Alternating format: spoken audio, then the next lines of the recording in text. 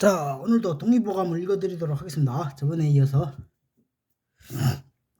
허준이 독립보감 유네스코 문화유산 등재 기념 제정판. 이게 유네스코에도 등재된 거예요.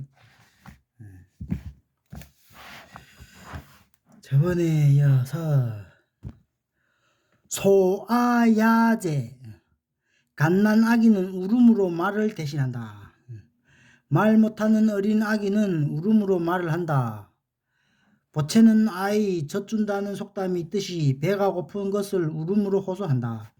몸에 이상이 생겨 아프다는 것을 울음으로 표현한다는 것이다. 병의 종류에 따라 울음소리도 달라지는 것이 육아법 책에 나와 있다. 엄마는 아기 우는 소리를 말로 알아들을 줄 알아야 한다. 갓난아기가 밤중에 우는 데는 4가지 원인이 있다. 첫째는 추워서 우는 것이고, 둘째는 너무 더워서 우는 것이고, 셋째는 입속에 염증이 생기거나 혓바닥에 종기가 생겼을 때이고, 넷째는 개고, 즉 아기가 괴상한 물체를 보거나 소리를 들어 깜짝 놀랐을 때 울게 된다. 밤에 애들이 우는 건 4가지 원인이라는 거니까. 첫째는 추운 거고, 둘째는 더운 거고, 셋째는 입속에 염증이 생긴 거고, 넷째는 이상한 거 보고 놀래서 운다는 거예요. 추우면 갓난아기는 몸이 작기 때문에 대부분의 체온이 냉각되어 얼굴이 파래지고 손발이 차게 되며 배가 아파져서 허리를 구부리고 울게 되는 이것을 하반야제라고 한다. 새벽녘에 방이 식었을 때 울기 때문이다. 더워서 우는 것은 상반야제라 하는데 초저녁에 방이 뜨거워서 반드시 누워 울기 때문인데 새벽에 이르면 온도가 내려가서 잠이 들게 된다. 입속에 염증이나 종기가 생기면 젖을 빨지 못하며 젖을 입에 물었다가 울게 된다.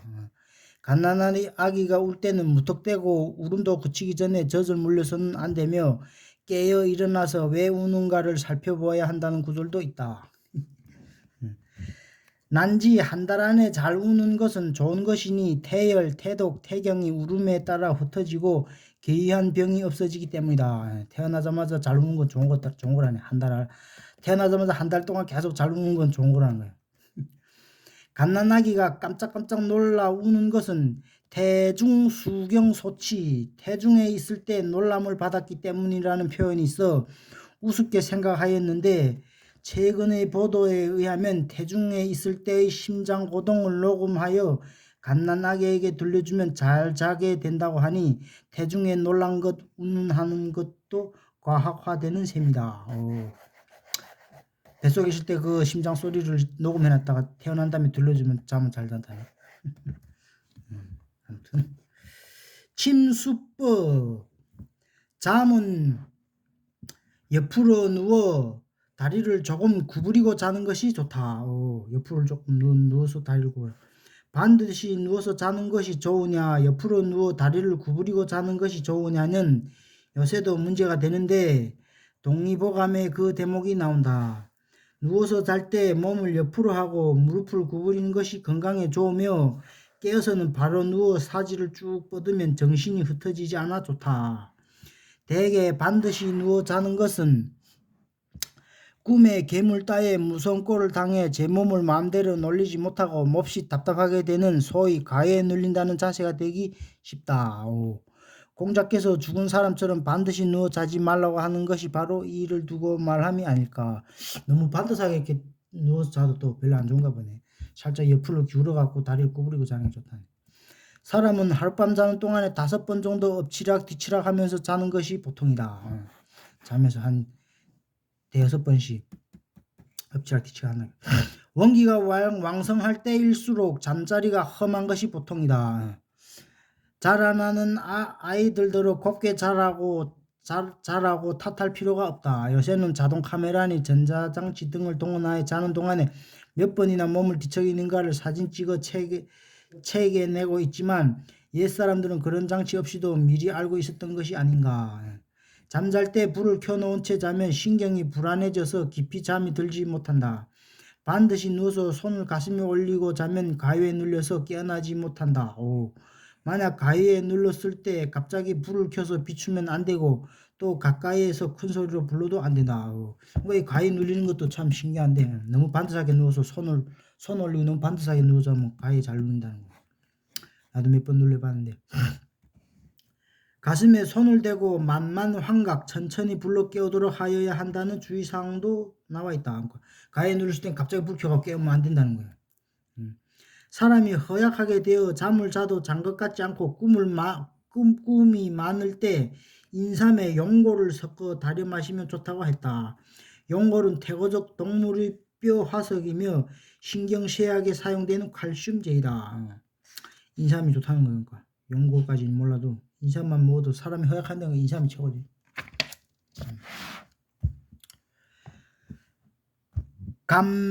감맥대조탕. 여성의 히스테리가 치료되는 약. 히스테리. 아직도 현대과학이 발달되기 이전에 개발된 약품이나 치료법이 과연 근거가 있는 것이냐를 연구한다는 것은 시급한 과제이면서도 어려운 문제로 되어 있다. 더욱이 여러 가지 약재를 배합하여 만든 복합제가 효능이 있느냐, 만능 효능이 있다면 무슨 성분 때문에 그런가를 밝힌다는 것은 이론적으로나 방법론적으로 무척 힘들다. 가령 감초만 하더라도 맛이 달콤하기 때문에 처방에 섞으면 양의 맛을 마시기 좋게 하여 주는 정도로 생각하기 쉽고, 밀은 기껏해야 밀가루로 만든 곡식에 불과하기 때문에 약효가 있으면 무슨 약효가 있을 것이냐 정도로 생각되고, 대추도 훈한 과실이며 이것 역시 탕약의 맛을 좋게 하기 위하여 배합하는 것이 아니겠는가. 그런데 이 세 가지를 같이 배합하여 달에서 만든 탕약을 감맥대조탕이라고 하는데 그게 그렇게 신기할 수가 없다. 밀가루하고 감초하고 밀가루하고 대추, 그 이 세 가지를 배합하여 달에서 만든 탕약을 달에서 탕약만 감맥대조탕이라 하는데 그게 그렇게 신기하다네. 여성들이 공연히 슬퍼지고 비관이 되고 불안하여 몸 전체의 컨디션이 좋지 않을 때 복용하면 신기한 효과를 나타낸다. 그러나 남자에게는 별로 작용을 나타내지 않는다. 여자들이 슬퍼지고 우울할 때 먹으면 좋다는 거니까. 남자에게도 이 약이 효과를 나타내는 수가 있는데 그런 남자는 아주 여성적인 남자라고 한다. 어떤 마을에 한 부인이 있었는데 하품을 자주 하면서 까닭없이 슬프게 울기를 그치지 않는다. 귀신이 들린 것 아닌가 하여 기도를 드려보았지만 효험이 없었다. 내가 급히 감맥대조탕으로 치료를 했더니 불과 3첩에 나았다. 그걸 먹었더니 나았다. 감맥대조탕. 감맥대조탕은 산전 산후 개가용, 임신 중 또는 산후 아무 때나 복용할 수 있다. 산후조리할 때도 먹어도 되고 임신 전후 다 먹어도 된다. 부작용이 없음을 알 수 있다. 처방은 감초 5g, 대추 6g, 밀 껍질째로 20g을 합쳐 물 3컵으로 끓여서 한 컵 정도가 되게 하여 한 번에 마시면 된다. 하루 3번이면 되는데 이렇게 마시는 것은 약으로 여성의 히스테리가 치료되니 신기하다. 별로 흔한 건데 이거는 처방 감초하고 대추하고 밀껍질은 여자들은 우울하고 힘이 안 나고 그럴 때는 이거 먹으면 좋다네. 음약광. 남성 호르몬 작용과 정액을 증가시키는 약. 여성에게는 뚜렷한 갱년기가 있지만 남성은 유아무야로 갱년기를 넘기게 된다. 그러나 머리털에 차츰 서기가 내리기 시작하고 눈이 멀어지는 것까지는 좋은데 정력이 현저히 감퇴되기 시작하면 인생이 갑자기 상명해지고 의욕이 떨어지게 되는데 그게 바로 남성의 갱년기이다.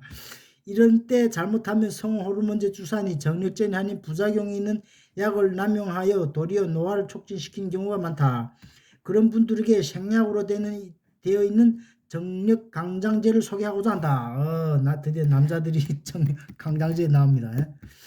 음약광. 음미특효약이며 양기를 돋우는 약이다. 한 근을 술에 담그어 마시거나 환약을 만들어 복용하는데 오래 계속하여도 좋다. 허리와 무릎을 보하며 남자의 양기가 떨어져 일어서지 않는데 또는 여자의 음기가 떨어져 아이를 생산치 못하는데 노인이 노망증, 중년이 건망증 등에 좋으며 기력을 나게 하고 근육을 굳세게 하며 남자가 오래 계속 복용하면 아기를 낳게 한다. 일명 선령비라고도 하고 속칭 삼지구엽초라고 한다. 소주 한 대 약 1.8m에 음약곽의 잎과 줄기, 음약곽이란 잎이 뭐지 200g과 설탕 150g을 넣어 약 1개월 놓아뒀다가 지침 전에 부부가 한 잔씩 같이 마신다. 에피미딘이라는 성분이 남성 호르몬 비슷한 작용과 정액 분비를 증액시키는 것으로 알려져 있다. 이게 음약과의 잎과 줄기라는데 이게 모르겠네. 소주는 있고 설탕도 있고 요게 중요한 거네. 이거를 저기 뭐에 넣어갖고 1개월 동안 소주에다 이렇게 섞어갖고 넣었다가 지침 전에 부부가 한 잔씩 먹으면 그렇게 좋다는 거네. 염소가 하루에 100번 거사를 하는 것이 하도 놀라워 보니 염소가 이 약초를 뜯어먹기 때문이라 그래서 음탕한 염소의 약초라는 뜻으로 음약광이라고 부르게 된 것이다.